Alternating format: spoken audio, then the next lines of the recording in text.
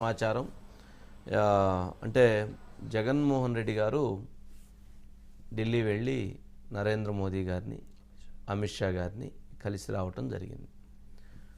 నరేంద్ర మోదీ గారిని అమిత్ షా గారిని కలిసినటువంటి అంశానికి సంబంధించి రెండు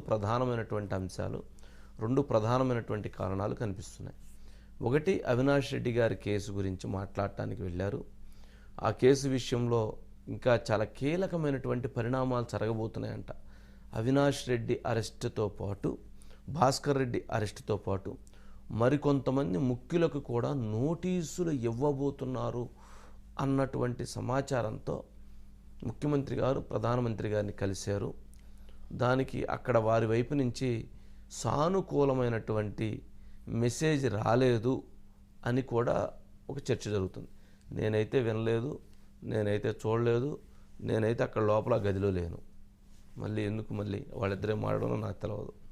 కానీ రాష్ట్రంలో జరుగుతున్నటువంటి కీలక పరిణామాల నేపథ్యంలో అవినాష్ రెడ్డి గారి విషయం సీరియస్గా అరెస్ట్ అవబోతున్నారు అనేటువంటి ఉన్న అభిప్రాయం ఉన్న నేపథ్యంలో ఇప్పుడు ఆ భేటీ యొక్క సారాంశం అది అని ఒకటి చెప్తున్నారు. రెండో అంశం, అవినాష్ రెడ్డి గారిది లేదా అరెస్ట్ చేయాల్సిన పరిస్థితి ఉంటే కొంత టైం ఇవ్వండి, నాకు ఎన్నికలకు వెళ్ళటానికి ముందస్తు ఎన్నికలు వెళ్ళటానికి కూడా అవకాశం ఇవ్వండి. ముందస్తు ఎన్నికలకి వెళ్ళటానికి అవకాశానికి అవినాష్ రెడ్డి గారి కేసుకు కూడా ఒక సంబంధం ఉందట. కొంత టైం ప్రొలాంగ్ చేయటం అంటే ఒక 8 నెలలు ప్రొలాంగ్ చేస్తే కర్ణాటక ఎన్నికలతో పాటు కానీ తెలంగాణ ఎన్నికలతో పాటు కానీ అవకాశం ఇస్తే నేను ముందస్తు ఎన్నికలకు వెళతాను.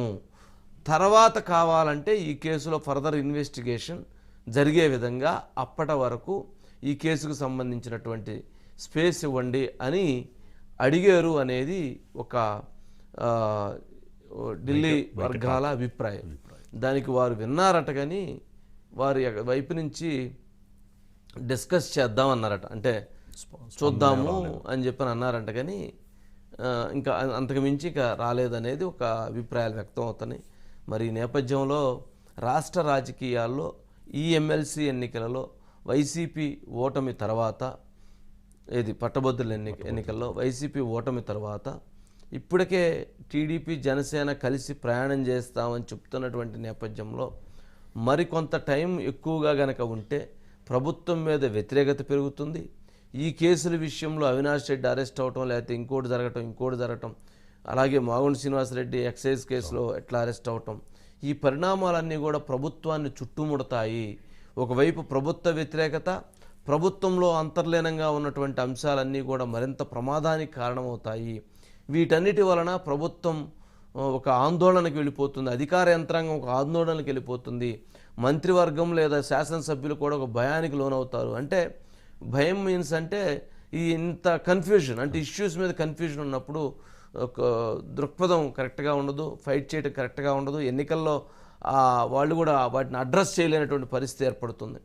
కావున అందుకని అప్పటి వరకు మీరు టైం ఇవ్వండి, నేను ముందస్తు ఎన్నికలకు వెళతాను అని కూడా చర్చించేటువంటి అంశాలు ఉన్నాయి అనేది నడుస్తుంది. అంటే ఇది ఎలక్షన్ ముందస్తు ఎన్నికల కోసం ప్రధానమంత్రి గారిని కలిశారనేది బాగా విస్తృతంగా నడుస్తుంది.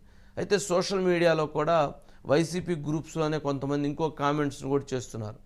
మార్గదర్శి మీద రైట్స్ చేయడంతో రామోజీరావు గారు ప్రధానమంత్రి గారికి కంప్లైంట్ చేశారని, ప్రధానమంత్రి గారు రామోజీరావు గారి మీద ఇటువంటి చర్యలు ఏంటి అనేటువంటి ఉద్దేశంతో జగన్మోహన్ రెడ్డి గారిని పిలిపించి మాట్లాడారని అని కూడా వైసీపీకి సంబంధించిన కొన్ని సోషల్ మీడియాలో అది ట్రోల్ అవుతుంది. అంటే ఈ అంశాన్ని డైవర్ట్ చేయటం కోసం ఈ అంశాన్ని రామోజీరావు గారి అంశాన్ని ముందుకు తీసుకొస్తున్నారా అన్నటువంటి అభిప్రాయాలు కూడా మేధావి వర్గంలో చర్చ జరుగుతుంది. అంటే ఇది అనేకమైనటువంటి కోణాల్లో అనేకమైనటువంటి యాంగిల్స్లో చూడాలి. కానీ ప్రస్తుతానికి జగన్మోహన్ రెడ్డి గారి యొక్క భేటీ, వీటి అరెస్టులు, వీటి పరిణామాలు కొంత సమయం ఇస్తే నేను ఎన్నికలకు వెళ్ళిన తరువాత, ఎన్నికల రిజల్ట్స్ వచ్చిన తర్వాత కావాలంటే ఆ రకంగా మీరు ముందుకు వెళ్ళొచ్చు, ఇందులో మా తప్పేమీ లేదు